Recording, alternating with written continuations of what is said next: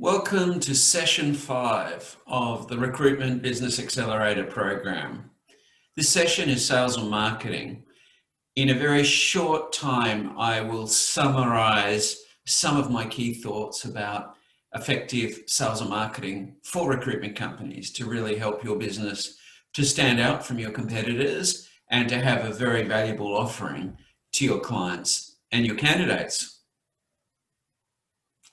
First of all, over the years, I've used many tools to assess the strength of a business. I like Michael Porter's 5 Forces model, but I always go back to the very simple SWOT analysis. And I'm sure you've heard of a SWOT analysis before. And we use this framework to look at the strengths and the weaknesses, which are internal to your business, and the opportunities and threats, which are external to your business. Weaknesses are harmful, so are threats. Strengths and opportunities are helpful, as you can see from the diagram here. And the idea of the SWOT analysis is to do a quick assessment of where your business is so that you can play to your strengths, you can maximize opportunities, you can reduce weaknesses, and you can overcome threats. It's a very good tool. And you'll find it very useful. And in your worksheet, you will find the ability to input key actions once you've gone through the SWOT analysis. Next, you want to make sure you have a very clear target market. What industries are you focusing on? Who are the decision makers you need to talk to? And what roles are you looking to recruit? Clarity and focus are very important, because then all your messaging, all your processes, and the way you conduct business in the recruitment industry has a really good degree of targeted focus, and then you'll increase the potential of your success much more if you really know how you are targeting both your business, your processes, and your messages. What I've seen with many recruitment companies is that none of them really have any clear USP or unique selling proposition. You know, what is it that makes your business special? What is it that you deliver to your market better than anyone else? And when you do your exercises on this worksheet, you're going to be thinking about that. Again, you can be using that in your messaging. Most recruitment companies say their best attribute is the quality of their recruitment process. And every company says that, so it can't possibly be true, because we know for sure that not every recruitment company has quality processes. So discover what's your real USP, and then you need to be using that in your messaging. And a really important point on messaging here is that you can't just be saying something once. You have to use repetition, because it takes a lot of repetition for messages to sink in a very crowded marketing arena. Next, you need to look at your value proposition. What real value are you providing? What service offering do you give that's beyond what everyone else does, so that price doesn't become an issue for you? You want clients to say, wow, 15% on a $200,000 role or whatever it might be is actually really good value, because you're doing a lot for me. And it's important to communicate how much you are doing for clients. Regularly communicate it. I advise putting as many steps as you can in the communications that you have with your clients, both at the beginning in your proposal or capability statement writing, and then right to the end when you're sending an invoice, really outlining how much you've actually done for the fee that you're charging. Then price will never become a problem for you, especially if you're delivering hard to find quality talent in a very professional manner. And then next, it's important to have an elevator pitch. So this combines your USP, your value proposition, so that if you run into a potential prospect in a lift or an elevator, as they're called in America, you want to be able to articulate very quickly what is it that makes your business and your company different and better than anyone else in a very short sentence. And you can use that pitch in your marketing messaging, in your proposal writing, even have it on your email signature to help stand out and separate you from what is a highly competitive market. There's very low barriers to entry in the recruitment industry. Almost anyone can enter and compete against you, and many people do. And over the years, those of you that have been in the business for a long time would have seen many companies come and go because there's limited regulation and there's low barriers to entry. I always joke that it's more difficult to get a hairdresser's license than it is to get a recruitment license. Yet we're dealing with people's jobs here, which is probably one of the most important decisions that most people make in their whole lives. And there's a great degree of responsibility that goes with helping people into jobs and supplying very important talent to companies. It's the most valuable input that all companies require is good quality people to help drive them forward. Next, we'll look at the sales mix. How is your balance between temp and perm? Contract, of course, also. This is quite controversial because a lot of companies really focus on temp and contract to get recurring revenue streams, which obviously provides an income buffer, and also potential acquirers further down the track look for recurring revenue stream. They look for temp and contract. But I think it's a bit controversial on the basis that I think perm recruitment is just as important, because I believe perm recruitment is much more profitable. You get much bigger licks of income. And if you have great client relationships, then perm revenue can be just as recurring as temporary or contract revenue. And it's really important to supplement perm with contract and temp revenue so that you have a good balance of both, obviously. And one should not suffer because of the other. I've seen really good recruitment companies that are all perm, and their strategy is not necessarily to build for exit. It's to build for high levels of profitability over the years and to take dividends along the way instead of potentially having a saleable business. But it can be argued that a good quality perm business is saleable if those relationships are deep and strong, not just reliant on one person, and that companies rely on that business to secure their very best permanent talent.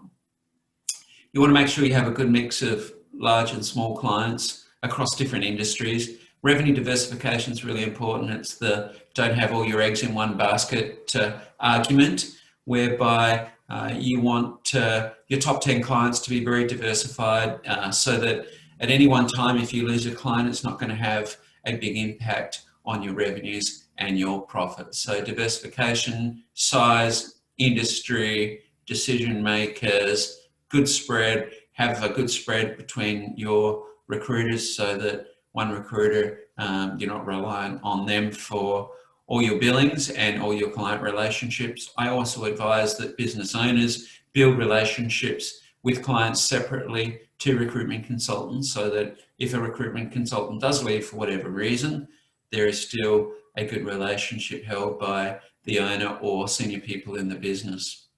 Also, you might look at what other services you can offer outside just traditional recruitment. I've seen some very successful HR offerings by recruitment consulting practices, whereby parts of the HR elements of managing talent are provided by the recruitment company also. And you'll know what your clients are looking for. I advise surveying them, ask what other services that you can provide for them, and they'll tell you. And that gives you a good opportunity to do some extra for your clients and most importantly, to build even stronger relationships with them. And finally, when you're looking at your sales mix, you have to check margins. I've included an article here later on when you go through your worksheet on temp could actually be destroying your business if you don't take into account all costs associated with executing temp and contract business. It's all very well to take out temp and contract wages, payroll tax, other costs such as superannuation, but you also need to factor in the cost of delivery of your people, of your offices, of your infrastructure, and then you might be unpleasantly surprised how unprofitable temp and contract can be unless you're charging margins that are decent and cover all your overheads. And again, that's why perm's really good to have on a regular basis to add additional profitable revenue streams consistently to your business. A quick word on relationships, and I'm old school, and you would have heard this from many old school industry commentators, that recruitment is a face-to-face game. We're dealing with people here, and so many technology providers try and commoditize recruitment. They'll try and make it very transactional. They'll try and use technology to reduce cost and improve processes, and that's really important from process goes. But there is no replacement of building a strong relationship with clients and candidates, because you do want repeat business. You do want candidates that are so impressed with your service that they become clients later. You want them telling other good candidates about the services that you provide, and you want clients to give you good, strong testimonials so that you can attract new clients and grow your business. And the only way relationships can really be developed is face-to-face, and more we're seeing the ability to be able to do that over video conferencing. And it's not quite as good as in person, of course, but it's still much better than just very transactional email messaging, which can create the impression that you are operating a more transactional recruitment business as opposed to one that's more relationship driven. So I really encourage you to try and video conference or meet face-to-face as much as possible with both clients and candidates, because that will result in recurring and new business.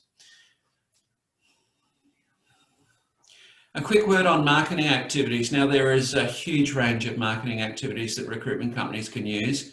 What I advise is try and keep it short and professional, as opposed to blanket marketing messages out there that border on unprofessional, border on annoying, border on repetitive.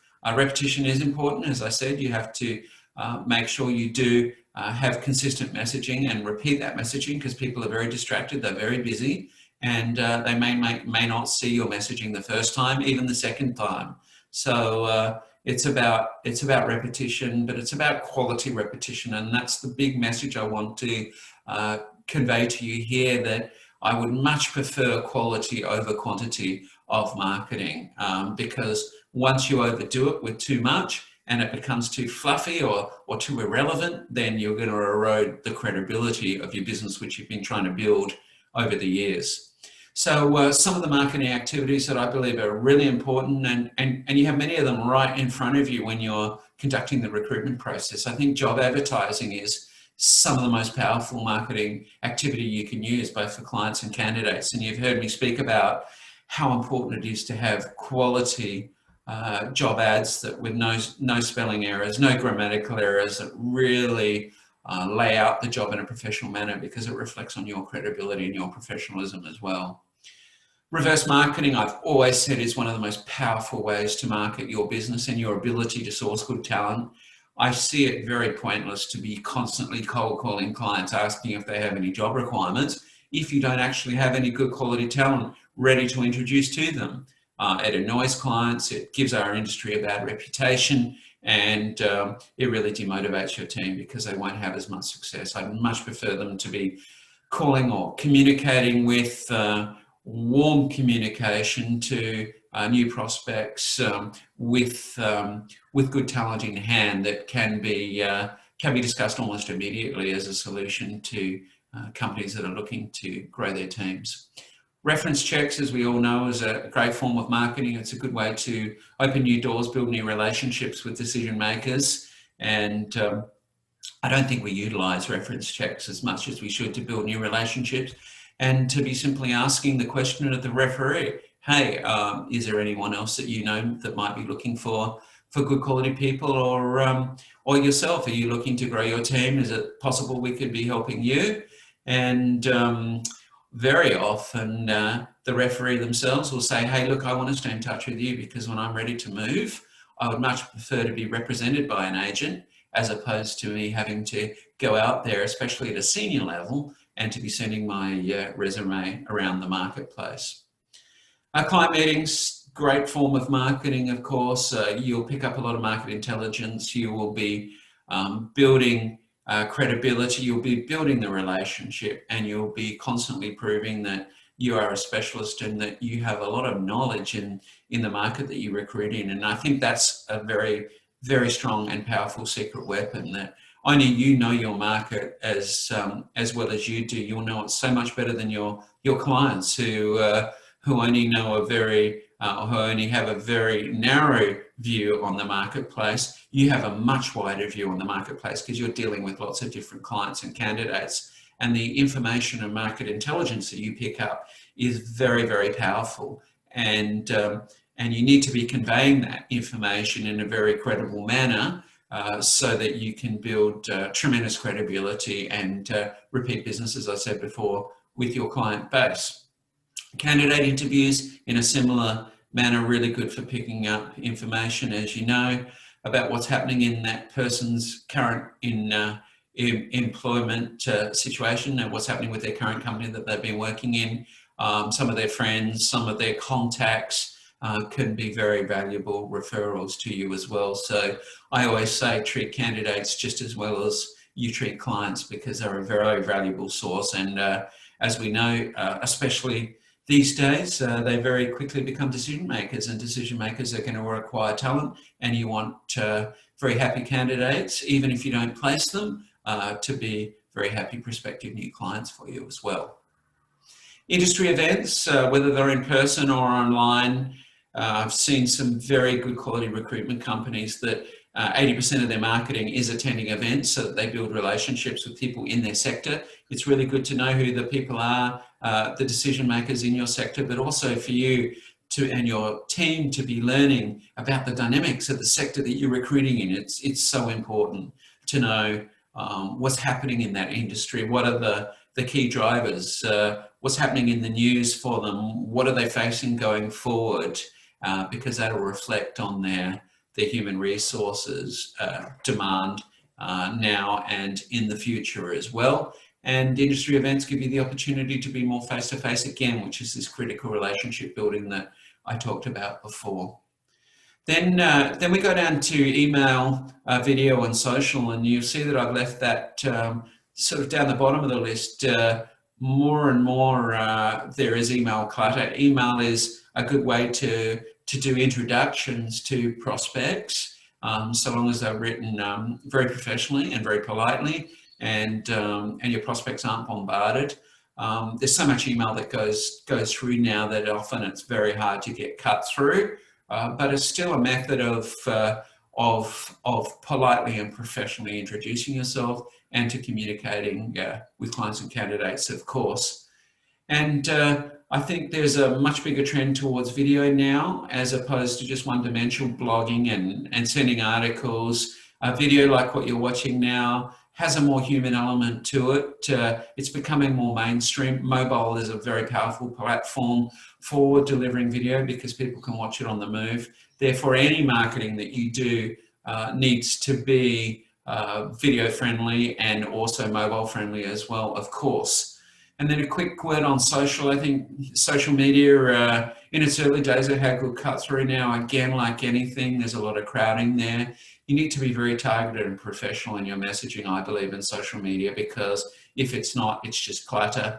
I have 4,500 LinkedIn connections, mostly owners and leaders of recruitment companies, and you wouldn't believe the messaging I see, the fluff, the irrelevant, just fodder, the hey, congratulations to so-and-so, they've just had their 1-year work anniversary, and the big flowers and the big long lunch on the harbour, and it's not relevant to clients and candidates. You need to be asking yourself, what is important to my target market here? What should I be posting, whatever, if it's Facebook, LinkedIn, or any Instagram, even any other social media. What's useful and important to my target market? How am I adding value? How am I going to build credibility? And that's how you'll determine what your messaging looks like.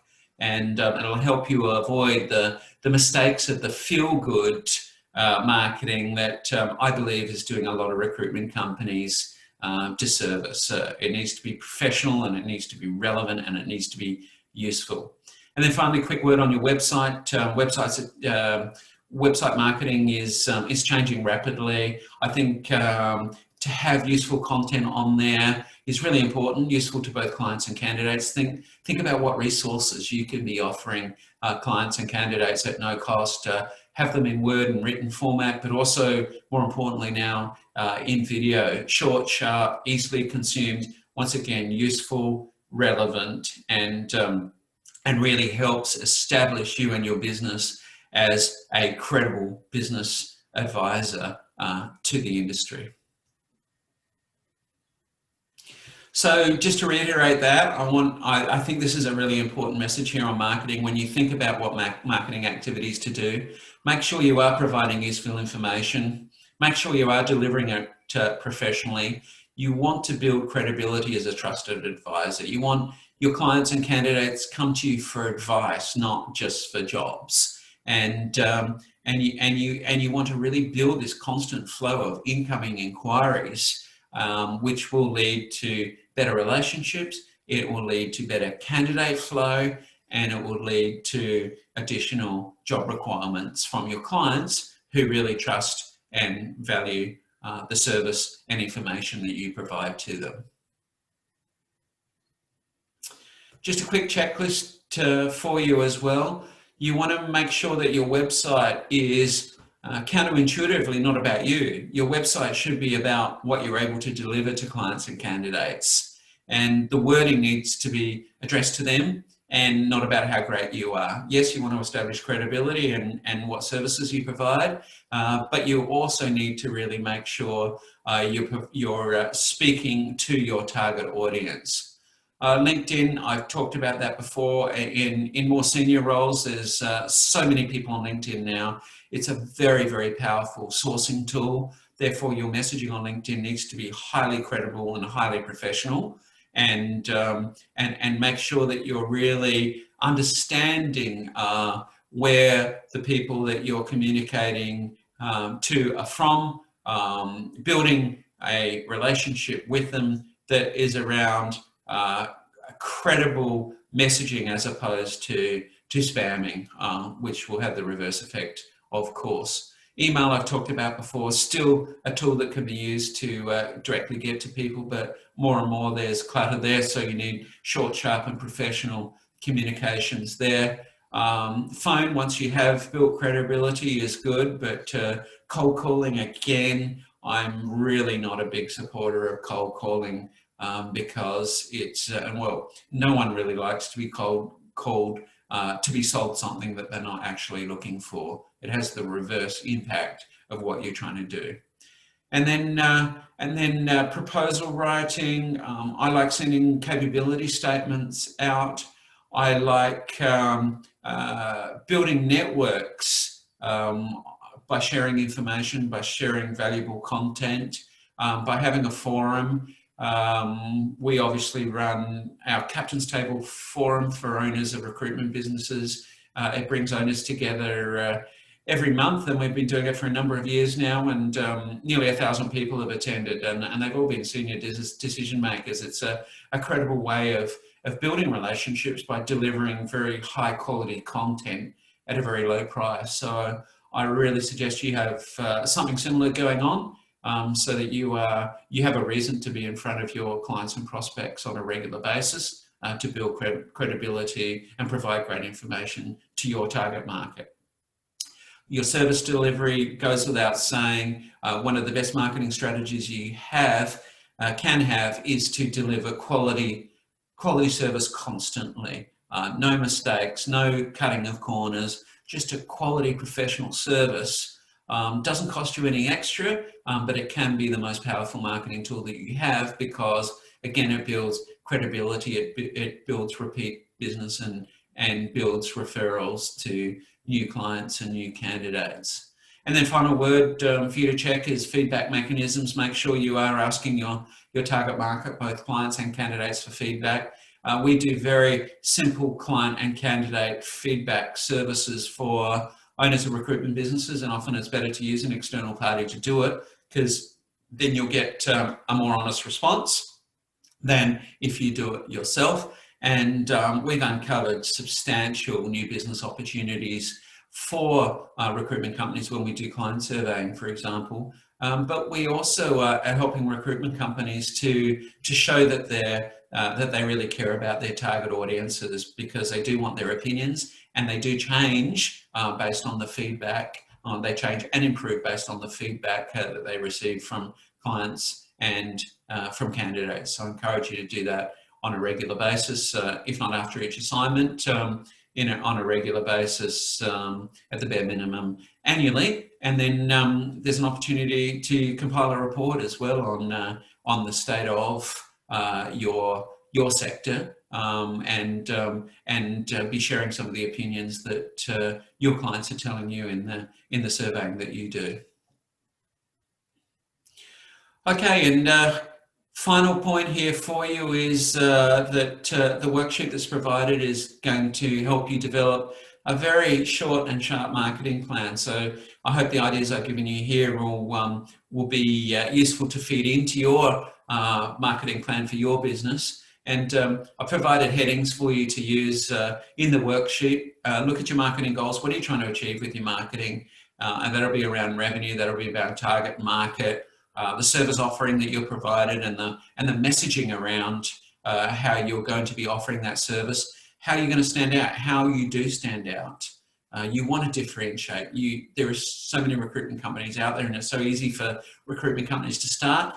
You want to be that credible, trusted advisor that I've talked about before. You want to work out what your value proposition is, so that pricing doesn't become an issue for you, that clients are constantly thinking, hey, yes, I'm charged a fee, but I'm getting so much value for that fee. I'm getting such a comprehensive recruitment process. I'm getting good quality clients.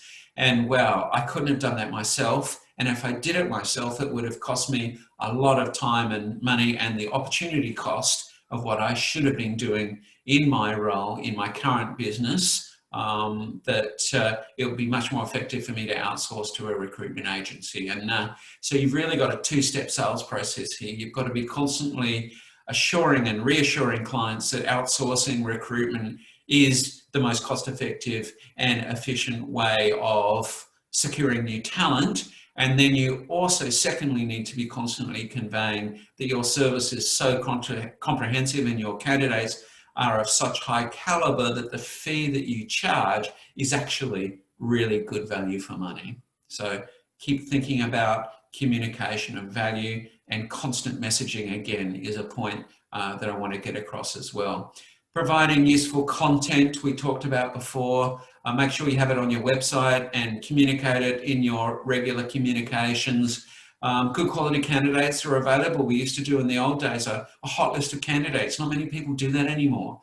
But if you're sending that out on a monthly or a bi-monthly basis to your clients and prospects, you're making sure that they're aware that you do have good talent for when they are ready. They know to come to you. And you never know, they might just come to you straight away and say, actually, I'm looking for someone like that right now, as opposed to you using a more push strategy where you're constantly trying to sell. You want it the other way around. You want a pull marketing strategy where clients and candidates are coming to you, as opposed to you having to constantly bombard them with the hope that 1 in 10 will convert into a prospective lead and a job that you can be filling. Regularity of contact to keep your brand name out is important. Again, that contact needs to be professional. And you need to think about the delivery mediums that you've got to use, what's right for your market, what's right for the level of candidate, the level of client, and that'll determine which delivery mechanisms you use for your marketing. Okay, so I hope that gave you some good ideas. I tried to encapsulate many things I've learned over the years around quality rather than quantity of marketing, around the professionalism of recruitment marketing. I'm sure you've got other ideas that you could add as well that you've used in the past that have worked really well. But now it's time for you to go to your worksheet and answer some questions around where you're at in your business and develop your summary marketing plan so that you can move on to the next session later. So I hope you enjoyed today, and I look forward to any feedback that you have, and I hope you enjoy the process, because this is very, very important to the delivery of workflow now and in the future for your business.